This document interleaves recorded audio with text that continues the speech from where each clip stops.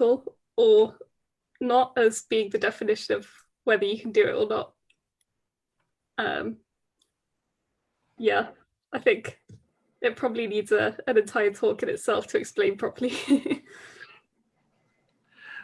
Do you remember the joke, if the hypothesis you're working on contradicts, say, relativity or quantum or many, terribly fundamental sounding things, carry on. But if what you're working on contradicts the second law of thermodynamics, then give up. All hope is lost, because that has stayed supreme for more than 100 years, as other trivial little rules that appeared so fundamental have come and gone. Yeah, heard that quote.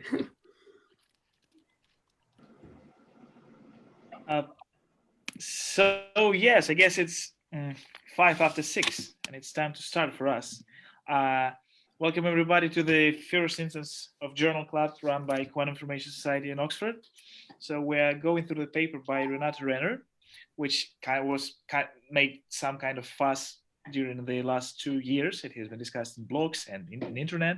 And well, I have to say a few words before we start. So the initial aim of the Journal Club is to go through the latest papers, maybe the most challenging ones, and to try to understand them, to at least maybe the basic idea. And my experience says that with most of the papers you can do that.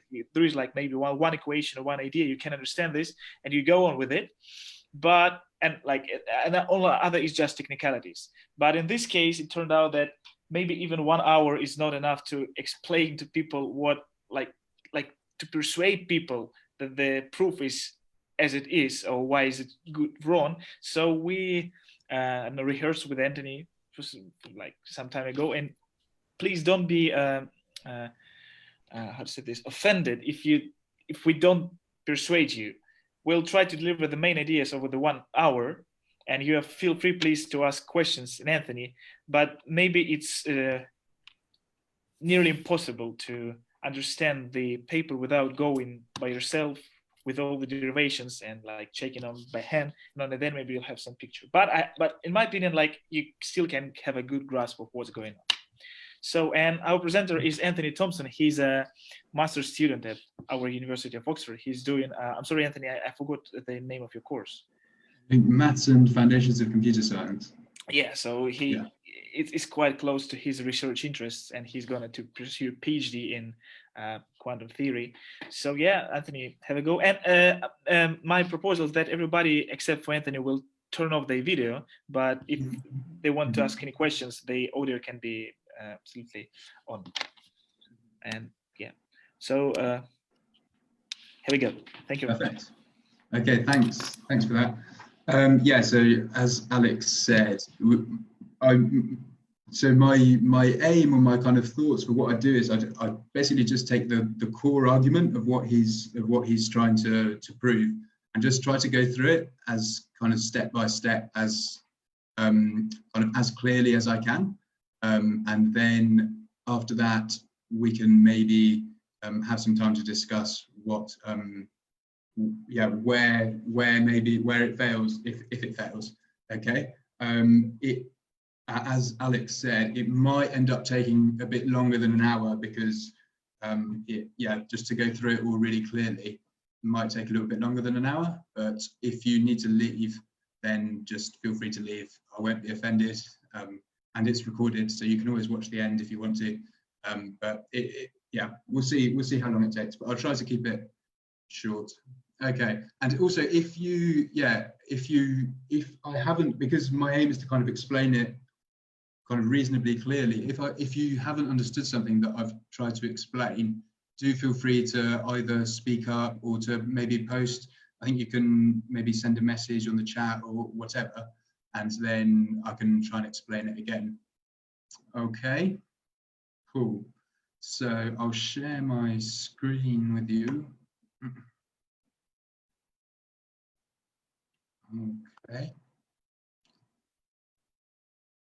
Okay, so the kind of aim of the aim of the paper, if you like, is Renner is trying to give us this kind of paradox. Okay, it's going to try to give us this a kind of inconsistency or like a weird result. Okay, and to do that, he puts forward these three assumptions or premises. Okay, which he claims are really intuitive and that we should really believe them. And then he uses those assumptions to get his contradiction. So, but you kind of bear in mind that these assumptions, whilst he just says that they're really plausible, maybe they're not. So bear that in mind. But okay, so the assumptions are this. The first one is universal validity of quantum theory. Okay, so basically what that means is quantum theory doesn't just apply to particles and the kind of small things like that, electrons or whatever, but you can also use it to describe people and labs and whatever, like large systems. Okay, and that should apply equally well as it does to particles. Okay, so that's the first assumption. The second one is this, what he calls consistency. Okay, but it's not logical consistency or anything like that. It's a bit different. It's okay. What he means is that different agents who use quantum theory, but they shouldn't get contradictory results. Okay, so it seems quite plausible, right? That if you are using quantum theory to try to predict something, and then I'm also using quantum theory to predict the same thing, and we both predict something happening with probability 1, then what we're predicting shouldn't be different. Okay.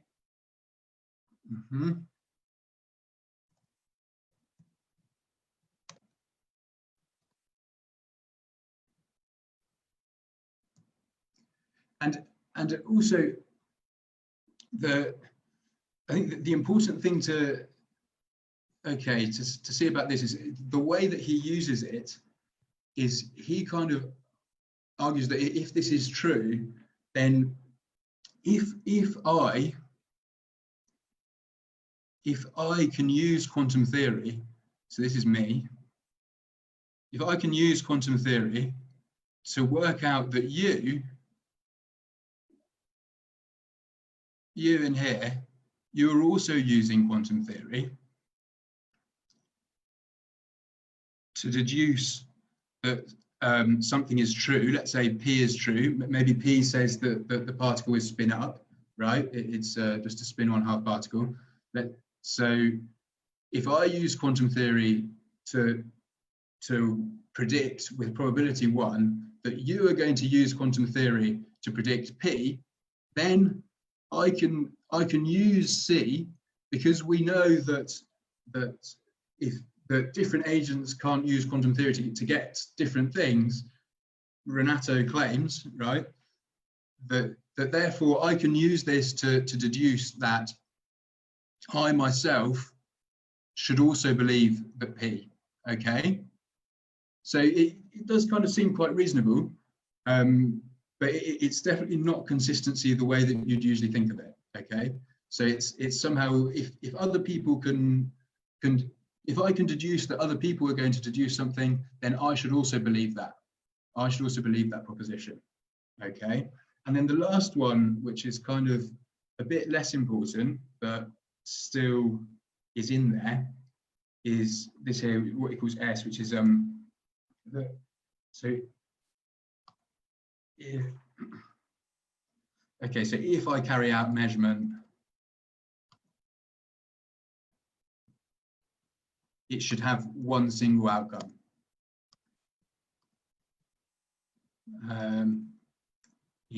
So we could talk a bit more about that one at the end, maybe in the context of many worlds, but that basically it doesn't play a huge role until the end, maybe.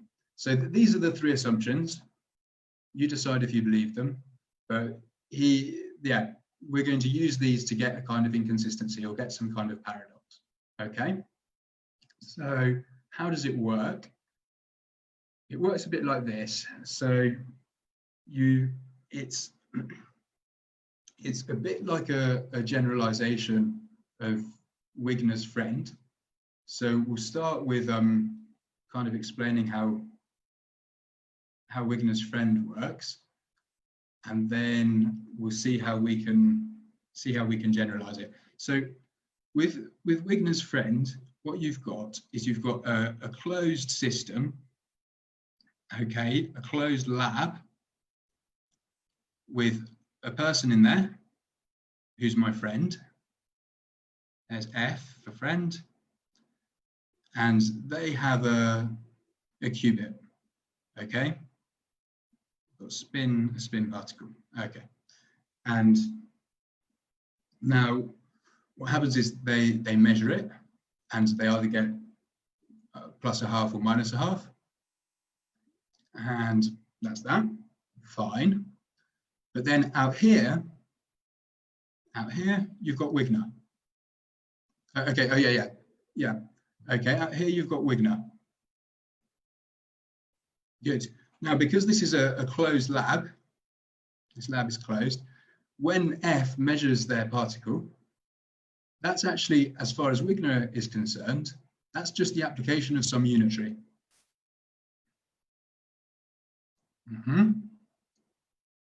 That's just the application of some unitary. So if this spin particle is in a superposition, say up or down, and when friend measures it, they now know that, let's say it collapses onto spin up, then, but as far as Wigner is concerned, this is just the application of some unitary. So as far as Wigner can tell, this is still, the lab is still in a superposition, okay? And then the thought is that Wigner's, this is supposed to be a kind of counterintuitive thing, because, oh, which one is it, right? Is it actually spin up, or is it actually still in a superposition? Okay, so the friend thinks it's spin up, but Wigner says it's in a superposition. What's going on? And it's not really a paradox. There's ways that you can deal with it. So, for example, if you subscribe to a many worlds interpretation of quantum theory, all that's going on is, well, they're in some branch where the particle is spin up, and then when the friend takes the measurement, they find out which branch they're in. But because Wigner doesn't have access to that information, well, he doesn't know. Okay, he doesn't know which branch we're in, so it's correct that he should model the situation as a superposition, because he hasn't yet worked out which branch we're in. Okay, so it's not actually a paradox, this one. There's ways that we can deal with it.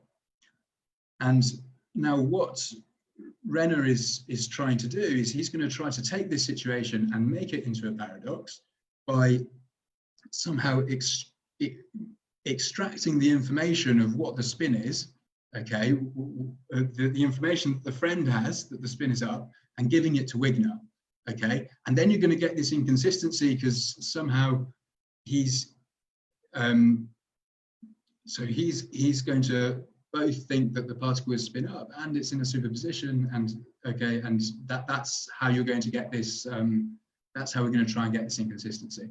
Now, of course, we can't get the information out just by measuring the lab, because that will of course ruin it, right? It will make it collapse, and it just won't. We don't want that. So we're going to basically the whole setup. The whole setup of everything we're trying to do is like a clever way to get this information out. Okay, so kind of bear that in mind as we go through it, that's kind of the big picture aim. We're trying to get this information out to Wigner. Okay, so how do we do that? Well, here's what we do. So we're going to make this spin particle actually depend on something that happens previously. Okay, so we're going to set up another friend. Okay, here friend bar, who's in another lab.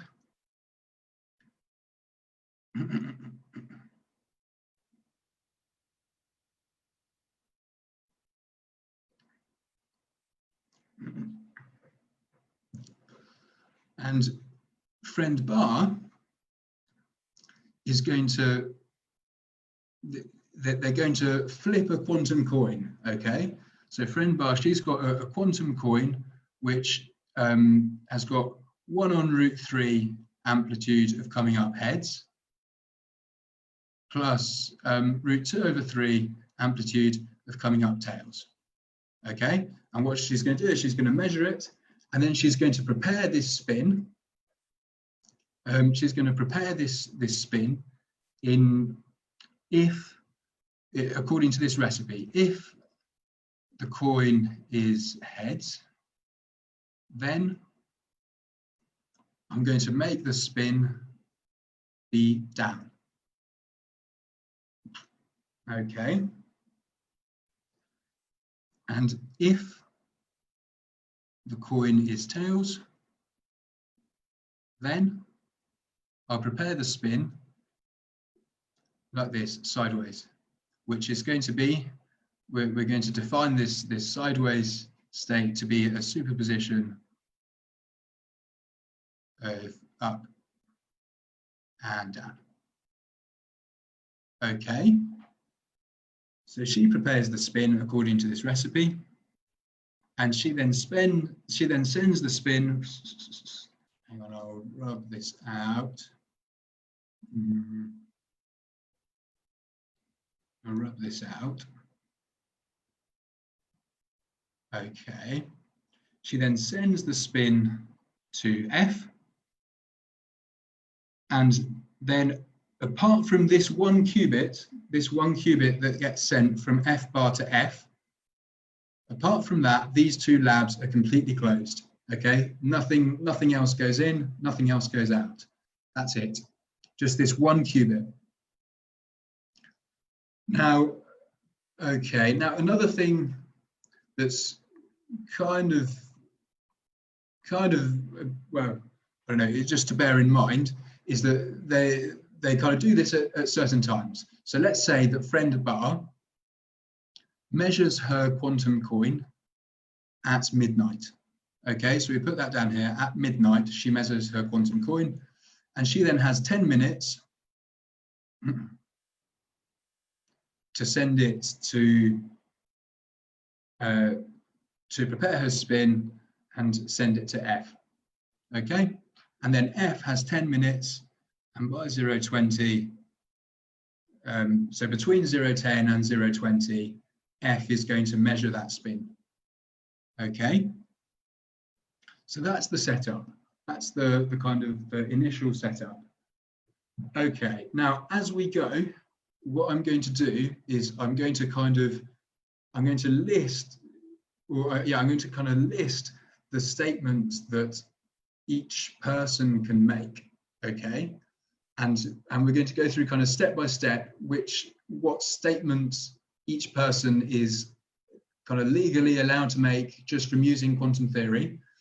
And we will see that by following through this process and then using this assumption C, this consistency requirement, we're going to get this paradox. Okay, so right at the start, some of the statements are a bit trivial, but whatever. I mean, I think it's helpful to have them down just to make it clear of all the steps. So right at the start,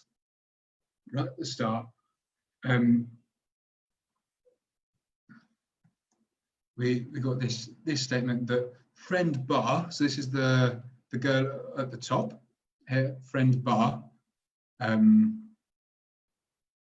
in her lab, she can say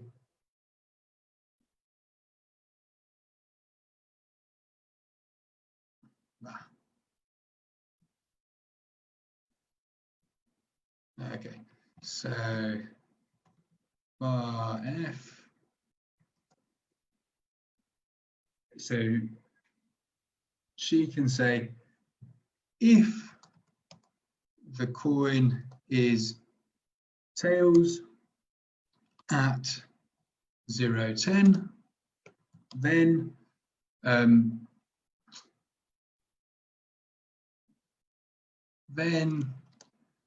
S is prepared in state sideways.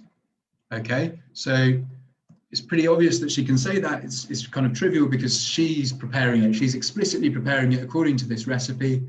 If she gets coins, she prepares the state in state sideways. So she knows that's true. Okay. So far, so good. What else? Well, 2.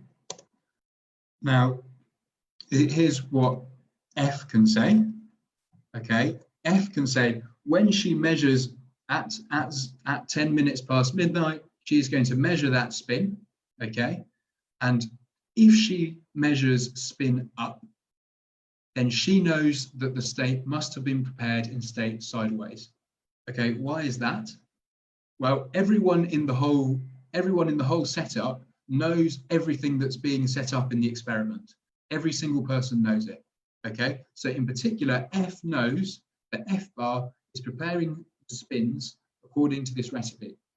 Well, if F gets spin up, well, then she knows, well, it can't have been prepared in state down because, right, obviously. So therefore, it must have been prepared in state sideways. Okay, so again, it's completely trivial. Okay. Okay, so if Z equals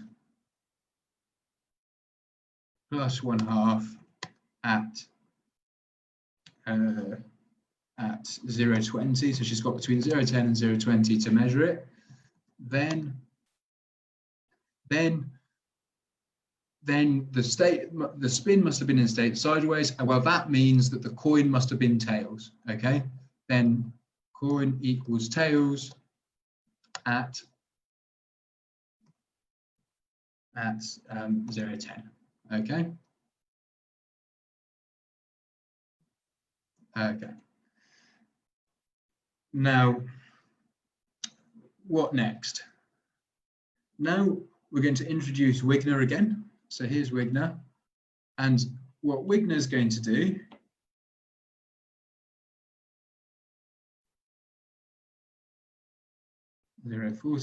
at 0.40, so right at the end of the experiment, 40 minutes past midnight, Wigner is going to measure the whole lab L.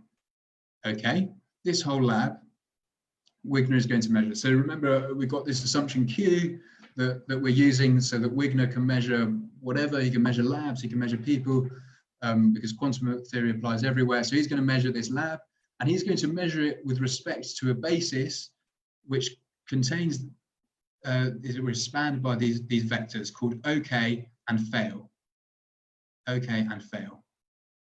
Okay, so let me just talk through what these are. Let me define them. So if we recall, what we said was, because this is a closed lab, when F measures her spin, as far as we're concerned, outside the lab, all that's happened is the application of some unitary. Let's call that unitary U. Okay, so we've got this unitary. So so a possible state that the lab could be in, right, is the state OK, which we define as 1/√2 of U applied to up plus U to down. Oh, sorry, this should be a minus. My apologies. Okay. So so what this is if the spin had been in state up, then when she measures it, then it would be this application of this unitary to up, and if the state had been in state down, it would be U down. Okay, and this is a possible state the lab L could be in. Okay, and so in particular, Wigner can measure with respect to a basis that contains this state, right? And then we'll define fail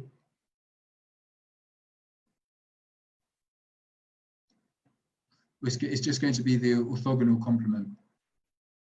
of L, the orthogonal vector. Okay, a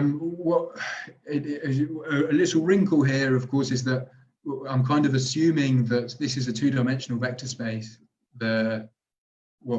This whole lab is in a two-dimensional vector space, which is spanned by OK and fail. That's just because it makes life easier. If not, you can just do it with projectors onto the subspaces, and I think that's kind of what he does in the paper. I mean, it's just much simpler to do it like this, and it doesn't change the kind of the conceptual problem. So we're just going to make it as though it's two-dimensional to make our lives easy. Okay, so that's what happens.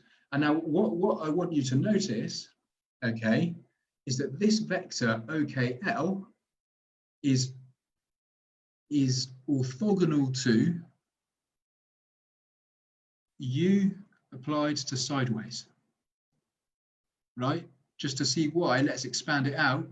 Is if you expand this out, U root 2, 1 over root 2, U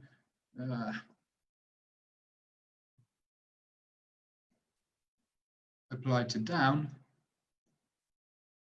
plus U applied to up.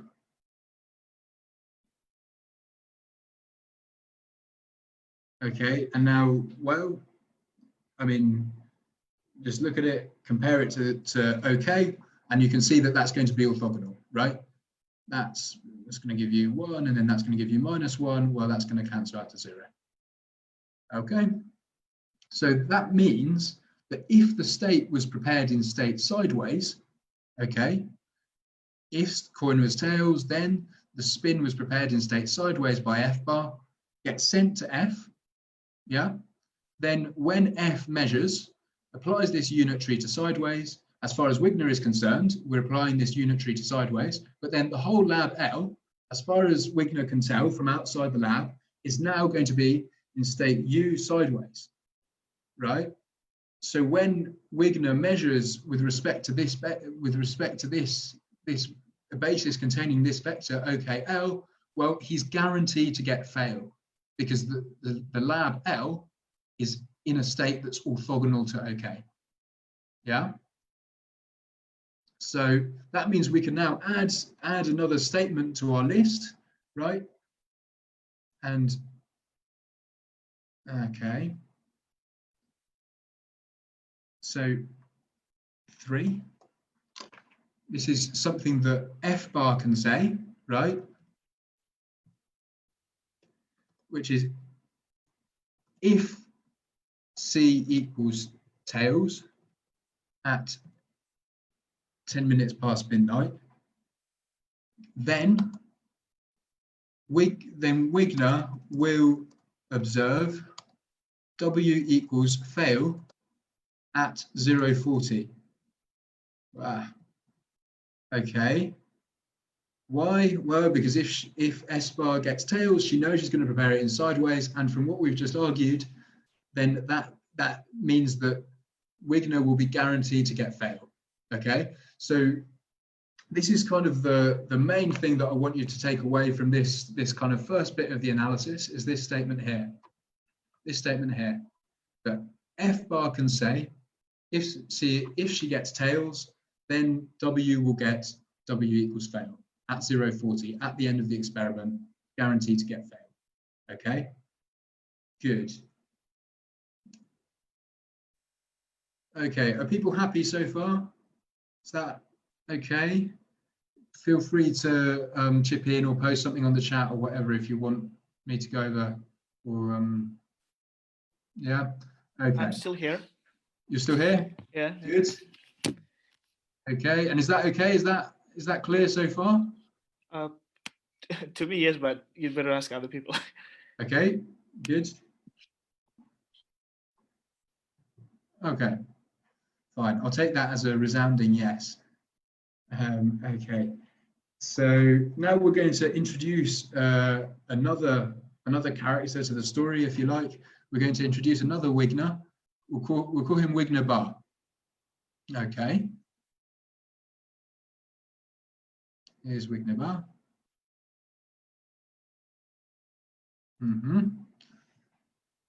And he's out here, he's also outside the labs. And what Wigner bar is going to do is Wigner bar is going to measure this lab over here, L bar, at 0.30, yeah, and he's going to measure it with respect to a basis which contains the vectors which we're going to call OK bar and fail bar, which I haven't defined yet. I'm going to define them now. OK bar and fail bar. Okay. Now, how are we going to define them? Well, so I'm going to define. Okay, so let's just step back a minute. In the same way that when F measured her spin, this was just to an external observer, it's like applying a unitary U. So too, when F bar measures her quantum coin, right, which starts off in this superposition, actually to an external observer like Wigner bar, that's also just the application of some unitary, right? The lab just goes through some unitary evolution. So let's call that unitary V, okay? So when F bar measures her quantum coin, it's, as far as we're concerned outside, it's just the application of some unitary V. So now we're going to define OK bar.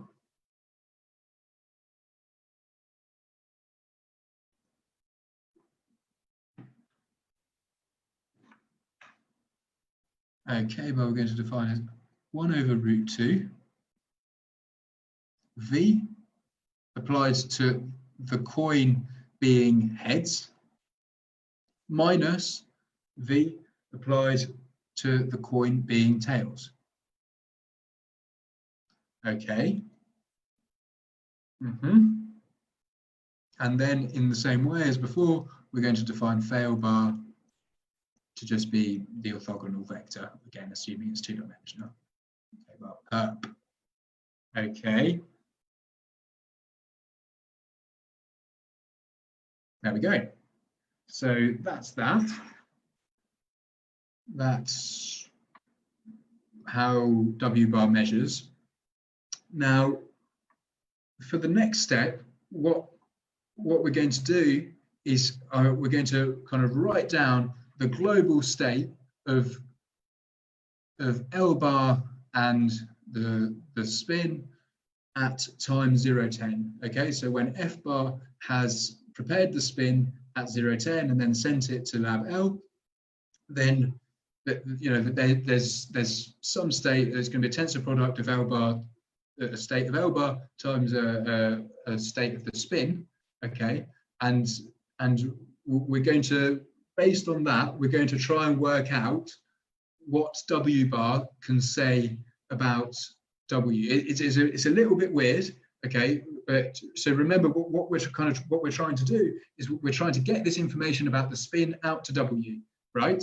So that's the aim, and the way that we've done it is we've set up this kind of slightly clever trickery, and now we're going to see how this setup allows W bar to extract some information about what W should get. Okay, so let's write down the global state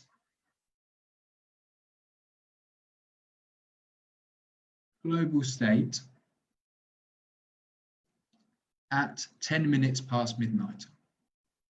Okay, we're going to call that psi. So psi is going to be, we're going to have 1/√3 V applied to heads down. Okay, why? Because there's 1/√3 probability that the coin comes up head,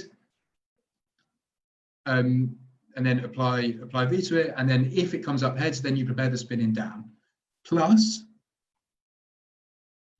√2/3 V applied to tails sideways. Yeah. Okay, are people happy with that? You can see where that comes from. I think it's pretty clear. It's just from what the quantum coin could be, the two options, plus the recipe according to how they get prepared, and then V is just what it looks like to Wigner bar who's outside. Is because when you measure the quantum coin, it's just this unitary V. Okay, so that's the global state of L bar tensor S. So let's just expand that out. This is going to be 1 on root 3 V H C down plus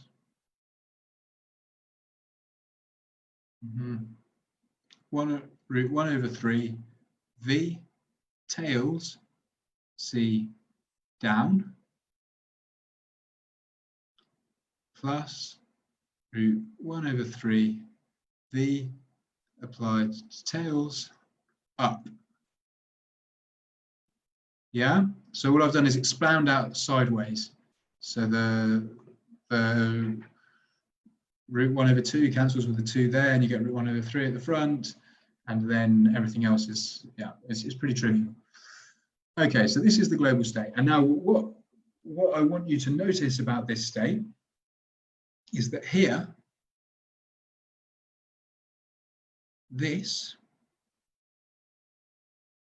is in fact the state fail bar down, right? Just kind of stare at it for a minute and look at how we've defined OK bar. Yeah, and you can see that, right, this just, if you just look at this little state here and you forget this one, that's got to be I mean, obviously the down it comes from the down, and then but the VHC plus VTC has to be orthogonal to OK. Yeah, so this is going to be fail bar down. Yeah, so that means that the whole state psi, the global state psi, is orthogonal to, can people see what it's going to be orthogonal to? It's going to be orthogonal to OK bar down.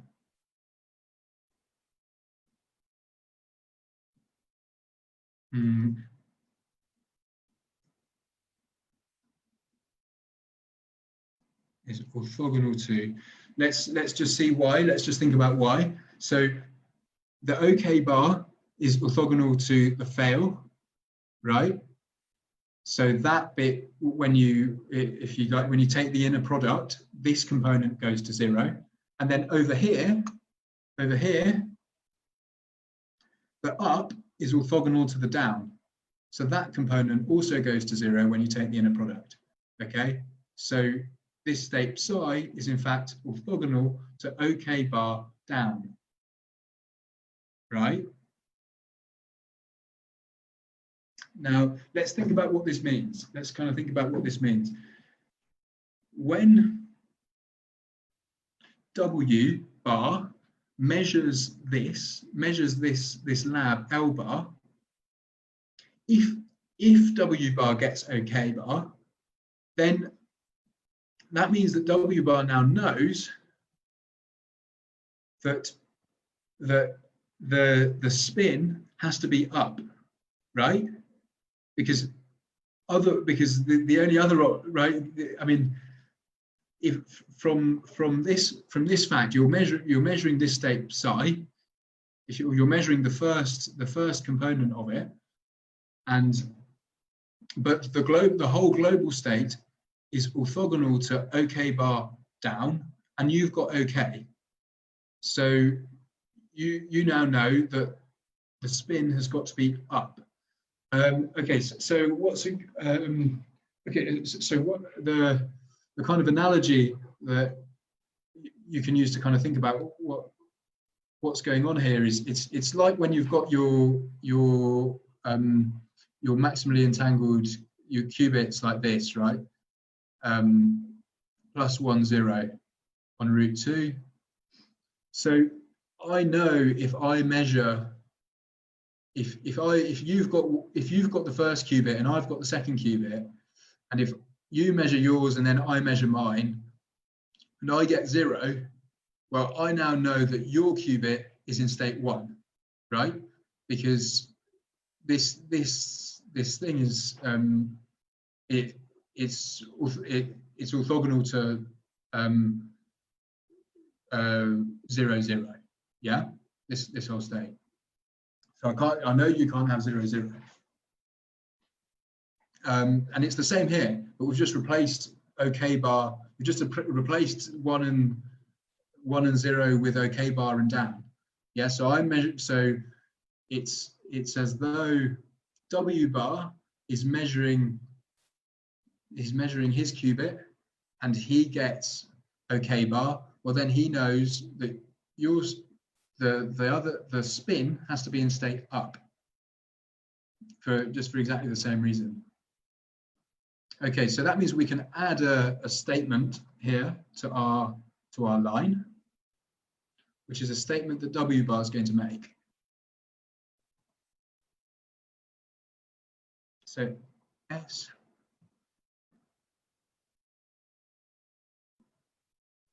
W bar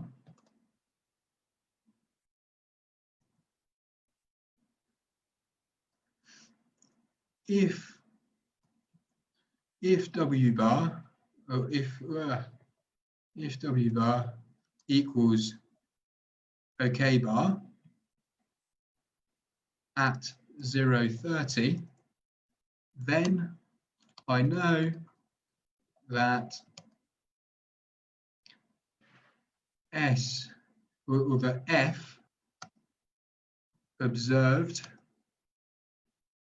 S equals up. Yeah, what we're saying, observed, we're calling it Z equals plus a half, right? At 0.20. Okay, does that kind of make sense? So let's, I'll just work through it again. So W bar is taking his measurement at 0.30, and he's trying to deduce something about what F already did, yeah? But it's just the same as when we've got this, when we've got this setup over here, right? If you've got your qubit and I've got my qubit, if you measure your qubit at 0.20, and then I measure my qubit at 0.30, and I get 0, then I know that at 0.20 you observed 1, right? Just because of the way it's set up, there's no other option as to what you could have observed. You must have observed 1, and what this calculation is supposed to show is that you've basically got exactly the same setup with W bar and F. So if W bar observes OK bar at 0.30, then he knows that F must have observed up, yeah, at 0.20. So the earlier stage at 0.20. So that's statement 4. Okay, so we've got these. I want to remember these. These are the kind of the 2 key statements that we've got here. This one here. So that F bar. So the first person to do anything, S bar knows that if she gets tails with her coin, then W will observe W equals fail at 0.40, and W bar knows if he measures OK bar at 0.30, then he knows that the F observed Z equals plus a half. Okay. Now using this, they're going to use the consistency assumption to kind of make the next few steps. Okay. So here's what we've got. We've got F, who's the second person, the second friend. F can say this.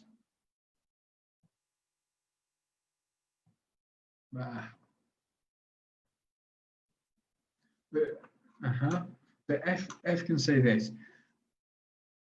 If Z equals plus a half at 0.20, then F bar concluded that W would observe or will observe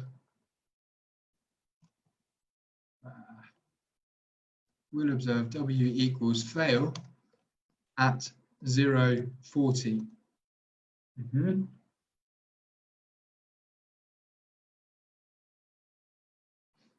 Okay, does that make sense? So why? Well, because from what we said here, SF, this statement 2 says if you observed, if F observes plus a half, then she knows the state must have been prepared in sideways, so the coin must have been tails. But then she also knows that S bar F can argue that if the coin is tails, then W will observe W equals fail at 0.40. So if Z equals plus a half at 0.20, then F bar can make this argument. They can make this argument that says that to conclude that W equals fail at 0.40.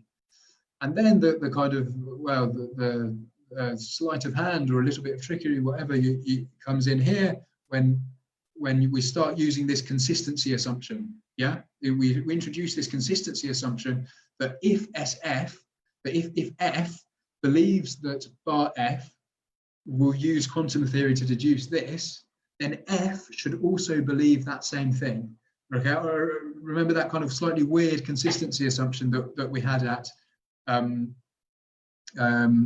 here, that if I believe that you believe this, then I also believe that same thing.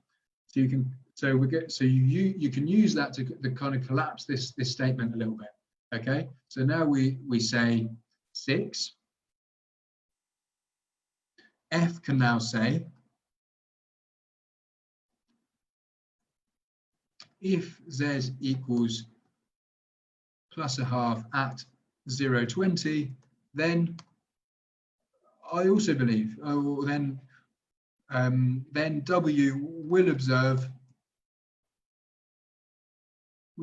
W equals fail at 0.40. Okay. Okay, so far we've got this. Now what? Now, okay, so remember what we're doing. We're trying to get this information out from the labs out to Wigner, and the way that we're going to do it is we're going to do it via W bar. So W bar is now going to argue, yes, 7, and this is also, okay, so 7, this is SW bar.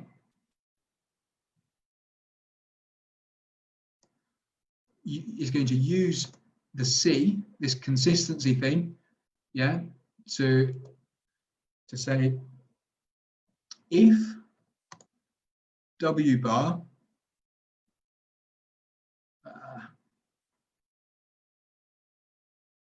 equals OK bar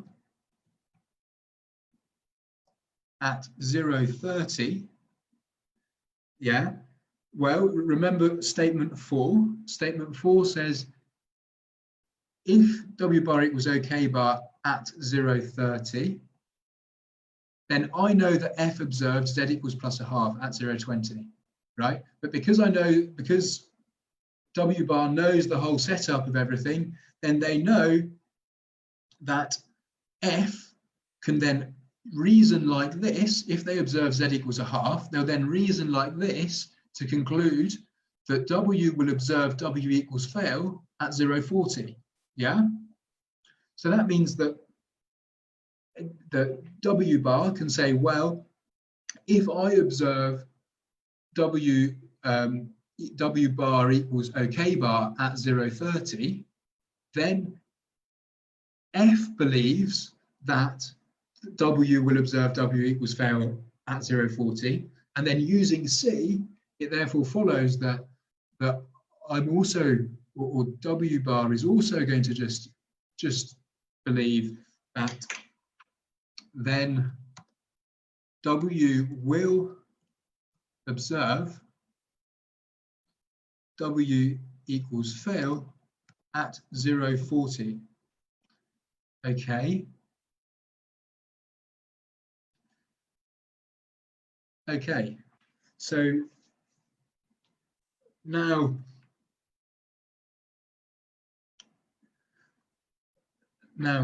W, Wigner, is also aware of everything, right? Is also aware of the setup of everything, of the reasoning that everyone can do. So if W bar, when W bar takes his measurement here at 0.30, he measures lab L bar. If he just announces his measurement, okay, and says, well, I got OK bar, W now knows what W bar got, and he can then say, well, W bar has if W bar can do this reasoning, or all this reasoning that we've done up here, up to 7, to conclude that if W bar is OK bar at 0.30, then W will observe W equals fail at 0.40. And then using this consistency thing, yeah, again, W can kind of collapse it and say, okay, so in that case, W also believes SW,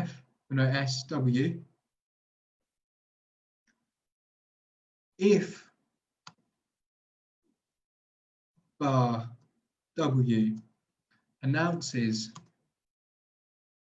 bar W equals OK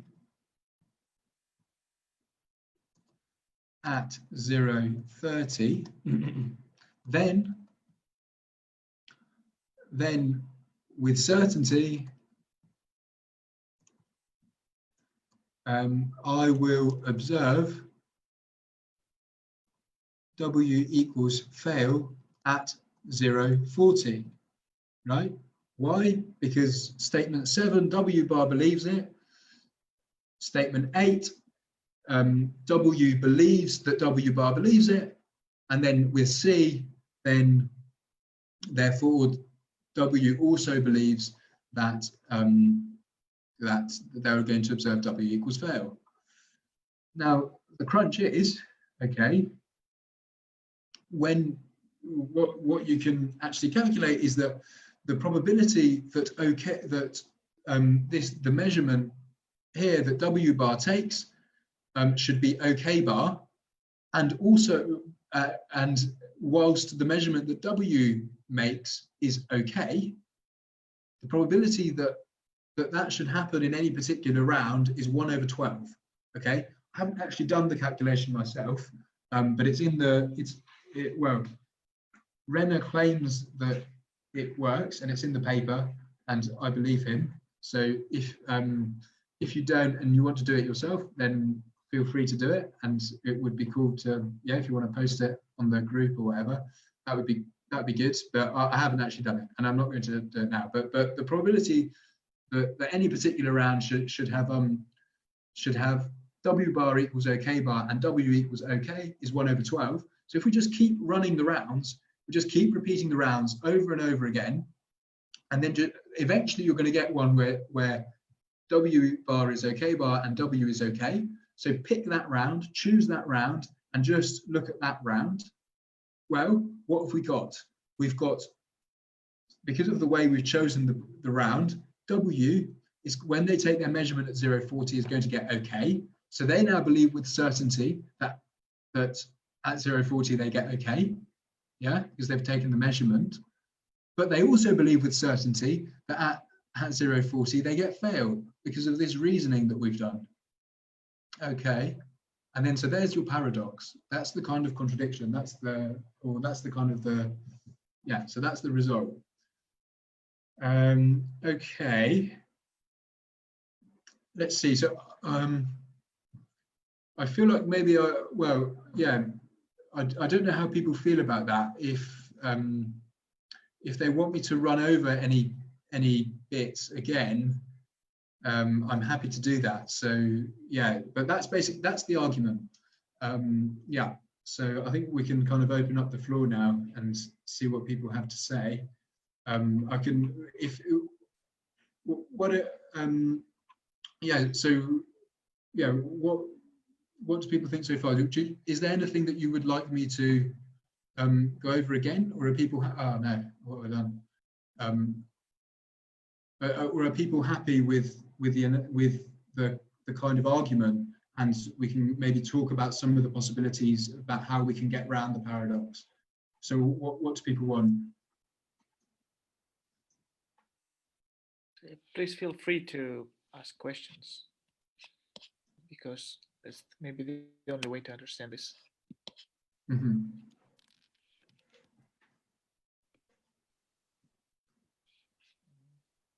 Sam, if you are talking, we can't hear you, but you definitely have your mic on. Yes, hi. My question is, so the assumption that the experiments have a definite outcome, as you alluded to in the beginning, doesn't make sense in a many worlds view of quantum theory. Because in many worlds, all the different outcomes occur at the same time. So how would you reconcile that with? Yeah, good. Good. So are you talking about this here, S? Yes. Yeah. Yeah. Good. That is a good question. So one way that you might think that we can deal with this paradox, if you believe in many worlds, is you can say, well, yeah, no problem. So all that's going on here is that when we get this statement 8, SW, saying that I predict with certainty that W equals fail at 0.40, well, that is true, right? That is correct, because there is a world where W equals fail at 0.40. And then in this world, it's not the case, right? At W equals okay at 0.40. But okay, no problems. That's a way that we can deal with the paradox by rejecting S. We say this is just a statement about one branch, and then the other measurement, the measurement that W takes at 0.40, that tells you about this branch or whatever. Yes. Okay, so that's one way you can deal with it. The problem with this is that even on the many worlds interpretation, what's supposed to happen is that you've got all the different branches and all the different measurements that you could get. But when you take a measurement, what's supposed to happen is you find out which branch you're in. Okay, but now here, just by taking measurements of things that are in our branch and using C, we've been able to deduce that W bar must get W equals fail. But that has to be a statement then about our branch, right? So you still, so unless we're going to subscribe to a view of many worlds where actually you can, just by taking measurements of things in our branch, end up with a conclusion about something that's happening in a different branch, right? And if you are going to subscribe to that view of many worlds, then I think it's kind of a bit problematic, because the whole point of many worlds is that you're supposed to be able to, when you take the measurements, it's supposed to tell you which branch you're in. But if you can get these kind of wildly inconsistent results where one way of doing it tells you you're in one branch, another way of doing it tells you you're in a different branch, then you're kind of going to end up with a slightly useless theory, because how can you use it to make predictions if it could just be right? It could just be a prediction about a different branch, right? So that's the kind of slightly weird thing about trying to do it that way. Yes, although you do have the problem that the different branches, so there's multiple branches, and they don't all coincide. So sometimes in a many worlds view, some of the systems will be in a superposition in the, say, the Hadamard basis, while other ones will be in a superposition of the computational basis. And I mean, it's not exactly clear to me how to make consistent measurements in that case. Like, yeah, you have a very difficult situation in which all the branches are branches in different bases, and you have to be very careful about how you compare them. I don't know if that makes sense, but yes, yes. So I think that does make sense. So one of the things which we can speak about, if people would like, is Hardy's paradox, where I think that kind of what you're saying comes in, where if you kind of compare what would be happening in different branches in the wrong way, you get this apparently inconsistent result. But if you do it in the right way, actually, then you don't. So that's basically what Scott Aronson thinks is wrong with this argument that Renner is making. He thinks that what's going on is basically just that, right? But all that's going on is that what is that kind of what you were talking about? yeah, I think so. Yes. Yeah. So certainly, yeah, we can talk about that. So okay, so why don't I run over really quickly how Hardy's paradox works. So Hardy's paradox, you've got, if I can remember it, you've got a system like this, a three-party system. I think it's something like this. 0, 0, 0. Is that right? Over root 3. And then I'm going to, so I measure the, right. So Bob measures the first qubit in the plus minus. No, it should just, hang on. No. It should just, hang on. It should just be 2 qubits. You're right. That's why I'm confused. So 1, 0, 0, 0. There we go. Yes. Good. Right. So now what we're going to do? Okay. So Bob measures the first qubit in the plus minus basis, and Alice measures the second qubit in the plus minus basis. Yeah. And then you can work out the probability that they both get states minus is going to be 1 over 12. I think it's the same. Yeah. And then, but then you can kind of give this argument that that actually the probability should be 0. Okay, and the argument goes a bit like this. Let's see if I can remember it. So if Bob's state is in state 0, right? If Bob's state is in state 0, then from looking at this, that means that Alice's state is in state 1 plus 0. i.e. it's in state plus. I mean, I forget about normalization, whatever. So Alice is going to be in state plus, right? And if Bob is in state 0, is in state 1, then Alice again has to be in state plus. Okay, from looking at it, 1 again, it's going to be. Is that right? What have I done wrong? 1. Yes.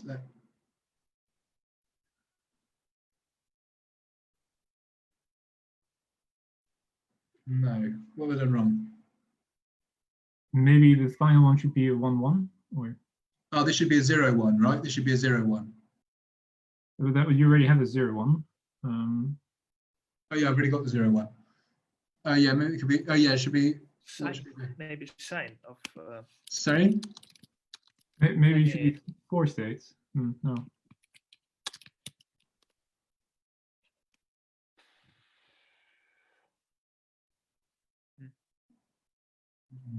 Oh, yeah, so yeah, it's 0, 0, 0, 1, 1, 0. 0, 0, 0, 1, 1, 0, but then it doesn't work. And they both measure in plus minus. Yep. Mm-hmm. And we are concerned with the probability that they both measure minus. Mm-hmm. If it helps you somehow. Mm-hmm. And so what I'm trying to work out is how the false argument is supposed to go. Can you work that out, Alex? Wait a second. Mm-hmm.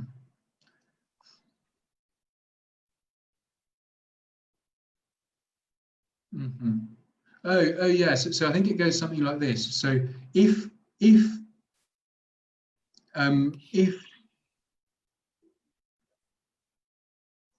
Alice's qubit, so rather than Bob's qubit being in state 1, it's if Alice's qubit is in state 0, then Yeah. if Alice's qubit is in state 0, again, if you look at it, you get that Bob's qubit has got to be in state plus. Yeah, I see. And then you look at this and you say, well, from this, one of them's got the state 1 has amplitude 0, and therefore either Alice is in state 0 or Bob is in state 0. So one of them's got to get plus, right?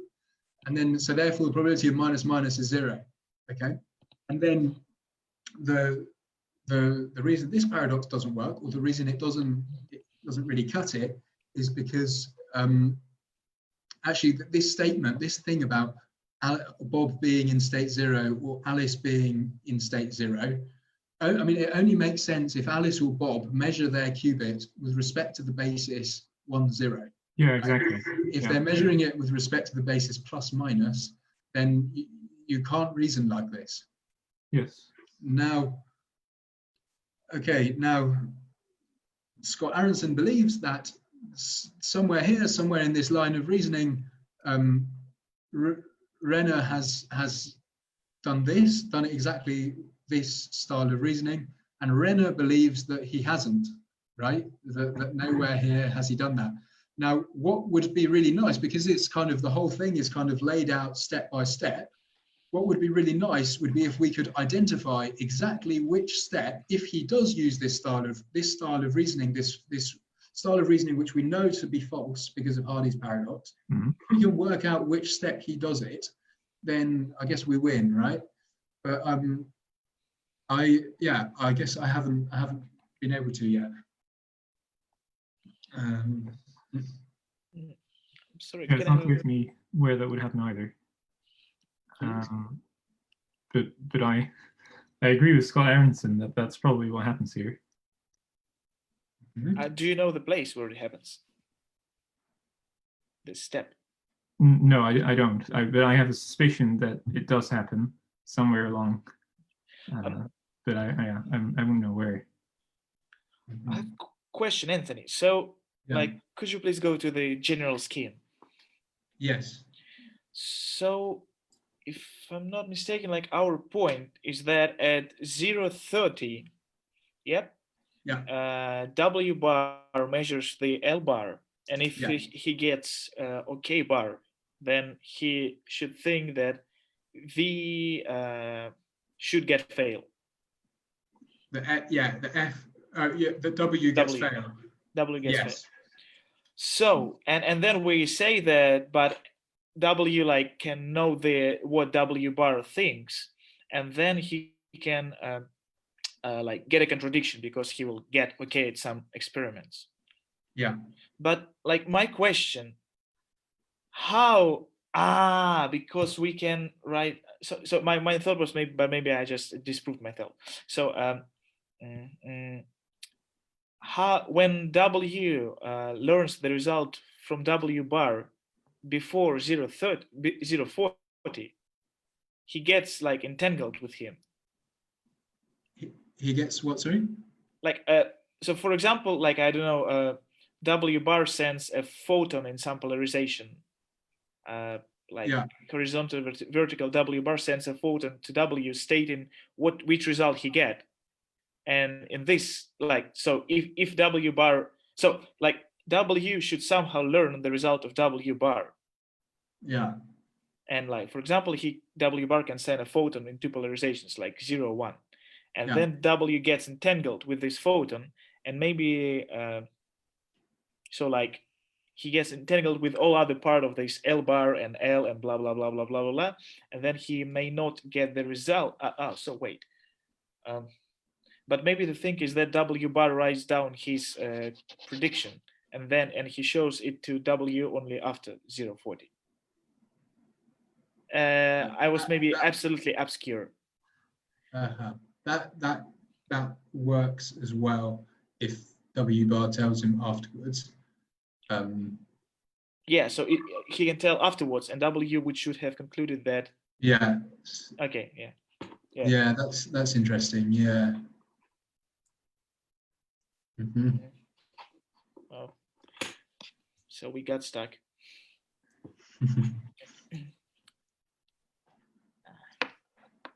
I don't know if there anybody who has written down the whole, because Renato Renner told that if you write down the whole many world wave function for all these like instances, that at some branch with non-zero coefficient, you'll still have a contradiction between what people think and what people like get.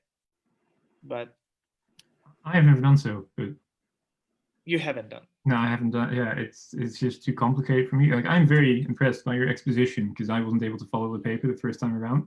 Mm-hmm. So this has been very nice. But yeah, I've never been able to write down. Like, I know I'm very happy that you got through the whole paper and explained it, because now I do for the first time. But yeah, no, I haven't. Thanks. To write down the full wave function for this. Yeah, so like we have made, like, with the help of Anthony, a first step so it can be easier now for anybody who wants to write down one more comment to Renato Renner. Mm-hmm. Right. Yeah. So I don't know if other people have questions, or if there was like a particular bit that I didn't explain very well that they want me to go over again, or just more general questions maybe about other interpretations we can speak about. So yeah, feel free to whoever else is. Hi, can I just first say thanks a lot for the talk. I've been to 2 seminars on this before, and I never had really understood what was happening. So now it was a really pedagogical explanation. So thanks a lot. Thanks. So my question is, you mentioned Scott Aronson's objection. Did he actually say where he thinks that the problem has happened? No. He didn't. Okay. Well, no, that's yeah, okay. That's what I find annoying, because I read his blog post, and I found it really plausible, and I was like, yeah, I completely agree with all of this. He didn't actually like say this one line is where he does it. He just said it's like a general assumption that he makes, or something like this. And I'd like, because he lays it out in this really clear step-by-step way. Really, there needs to be a flaw in one step. Exactly. Yeah. Yeah. That's maybe a way. Yeah. If successful, we can refine Scott Aronson's argument, right? Sure. Yeah. Okay. Cheers. But Renato Renner came to the Scott Aronson's like post. I don't know, have you seen this? And he said that, oh, Scott, you're not right, because I have all these timings. They're so nice, and like I especially introduced them so that nobody like thinks something when he cannot think, or something like that. So, but like Anthony said that he believes to Renato, and I don't. I believe Renato. Yeah, I said like that if you believe his derivations, then there will be like 1/12. Why? Oh, that derivation. Yes, I just believe that derivation. I just want to say that I don't like. It's not proper way to say that. Yeah.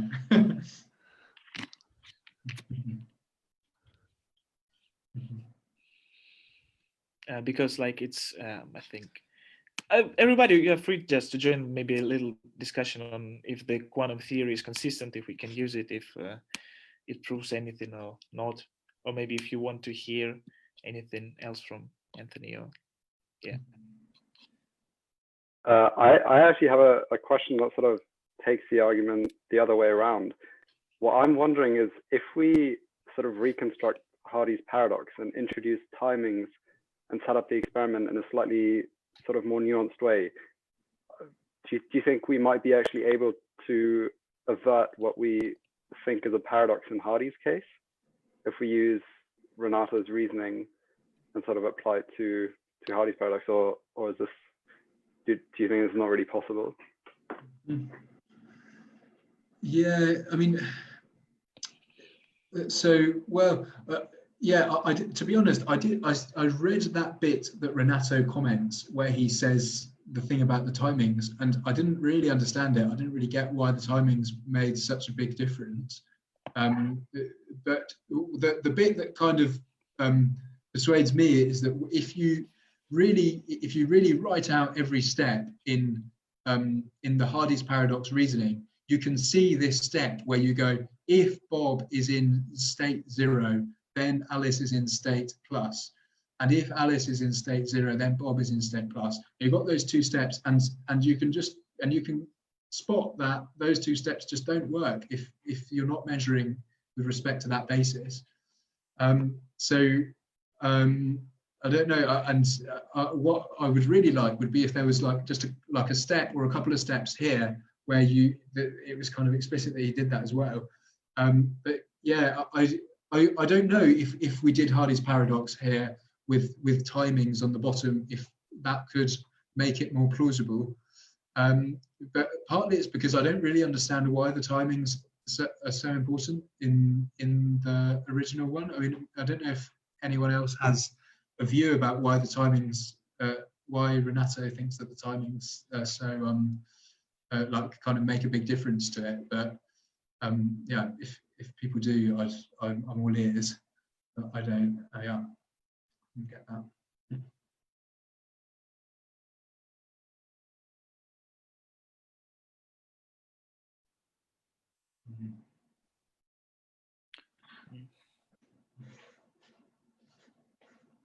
I wish I could comment, but I can't. No.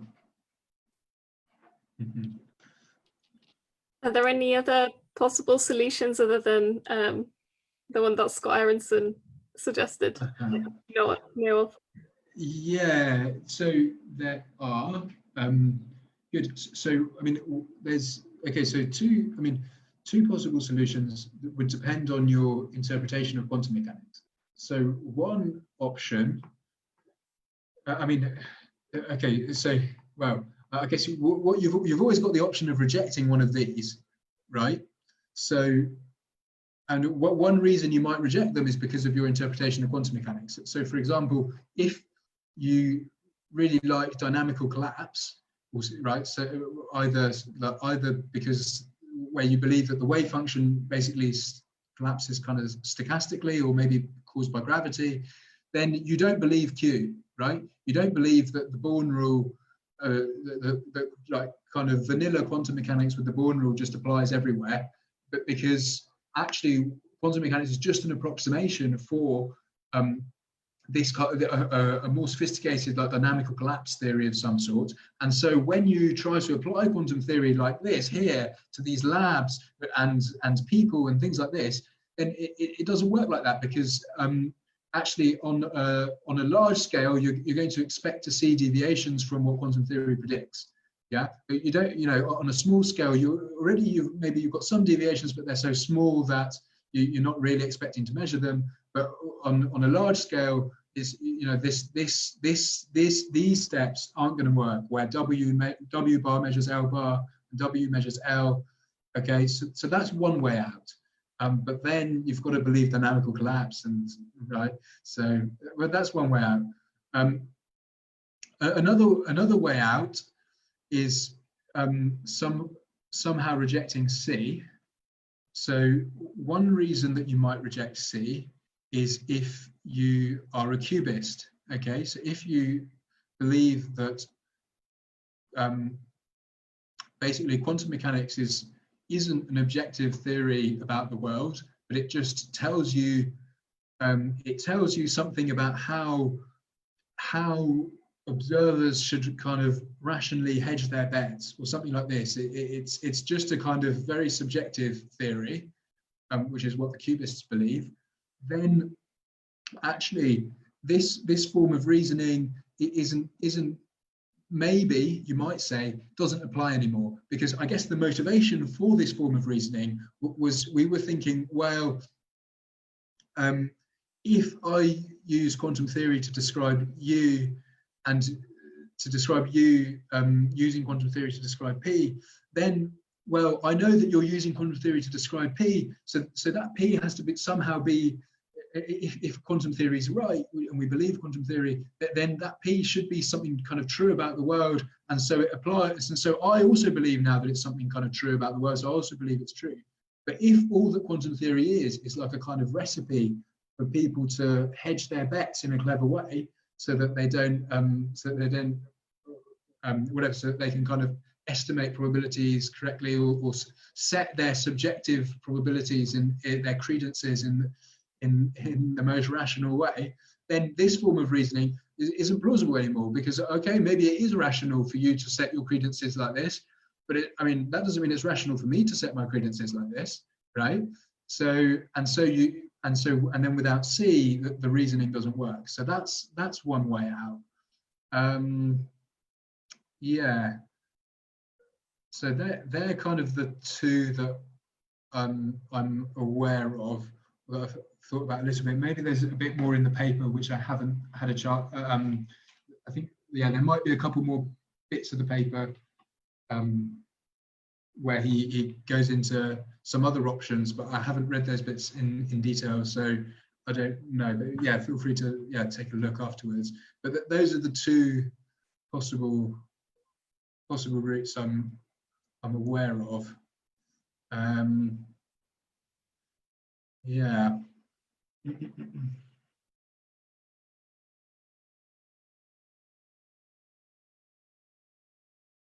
So it doesn't really rule out any particular theory, or make one theory more likely than another, in a sense. Mm-hmm. Does it make any sense? Yes, I'm not sure if many worlds has a good way to deal with it. Has a good way to deal with this problem, because I mean, you've got this thing that many worlds can reject S, but we've also, you kind of feel that a good many worlds theory should allow S to apply in that particular branch that you're in. So unless you can give this kind of Scott Aronson style argument to kind of dissolve the paradox, then I think the many worlds theory maybe doesn't have a good way to deal with it. And what are some other good? What about Bohmian mechanics? I haven't really thought much about how Bohmian mechanics would deal with it. It is in the paper, but the problem is, yeah, I don't understand Bohmian mechanics well enough to, so I can't really comment on the Bohmian mechanics, and I'm not so hot on other possible interpretations of quantum mechanics. Yeah. Mm-hmm. Yeah, so that's, I mean, yeah, I guess that's what I'd say there.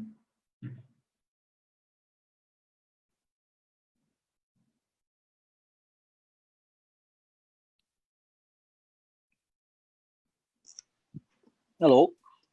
Hello. Well, I have a question, and I must confess, I just got interested in this topic randomly, so I don't even have a good understanding of it. But what about if this experiment is impossible to perform? And my point is, the experiment has some assumptions about these labs being isolated from each other. Yeah.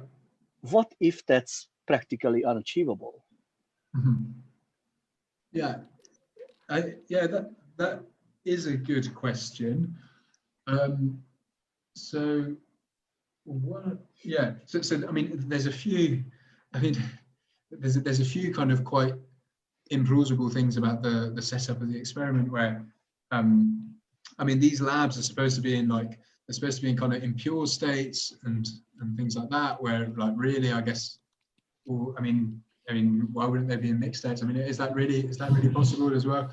And yeah, as you say, they're supposed to be closed systems. I guess one thing that you might say is, well, there's nothing that we know about quantum theory that rules out the possibility of at least kind of approximating it to arbitrarily good precision, right? And so, you know, that or at least, okay, so maybe there's nothing that we know which makes this kind of impossible in some deep sense, right? It's only maybe technically unfeasible or practically, we just don't have the capacities to restrict things that much. Now, as a conceptual kind of paradox, I think it's still quite interesting, even if we can't ever do it, because you might think that you want your theories to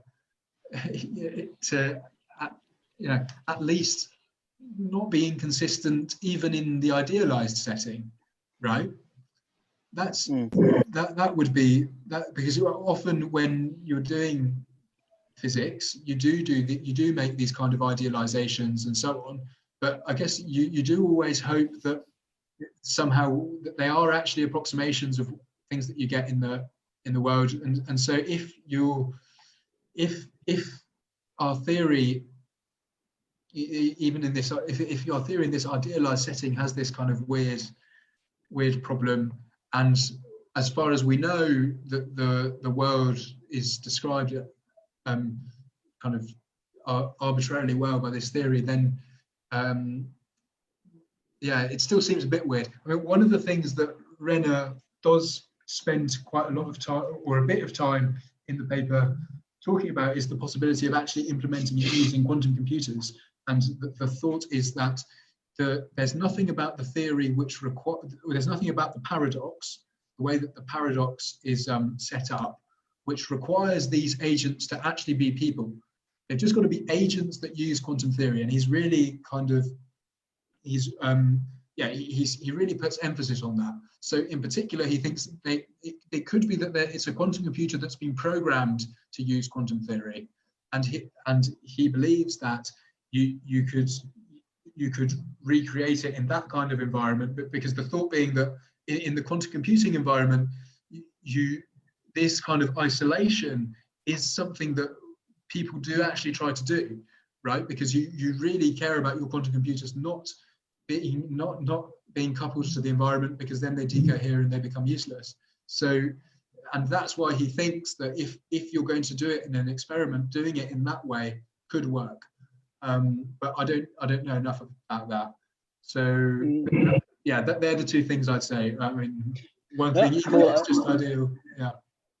I get your point about it doesn't matter if it's a problem in practice. It's an inconsistency in the theory, which is bad news for the rest of the predictions of the theory if it's really an inconsistency. So, yeah, thanks. Thank you.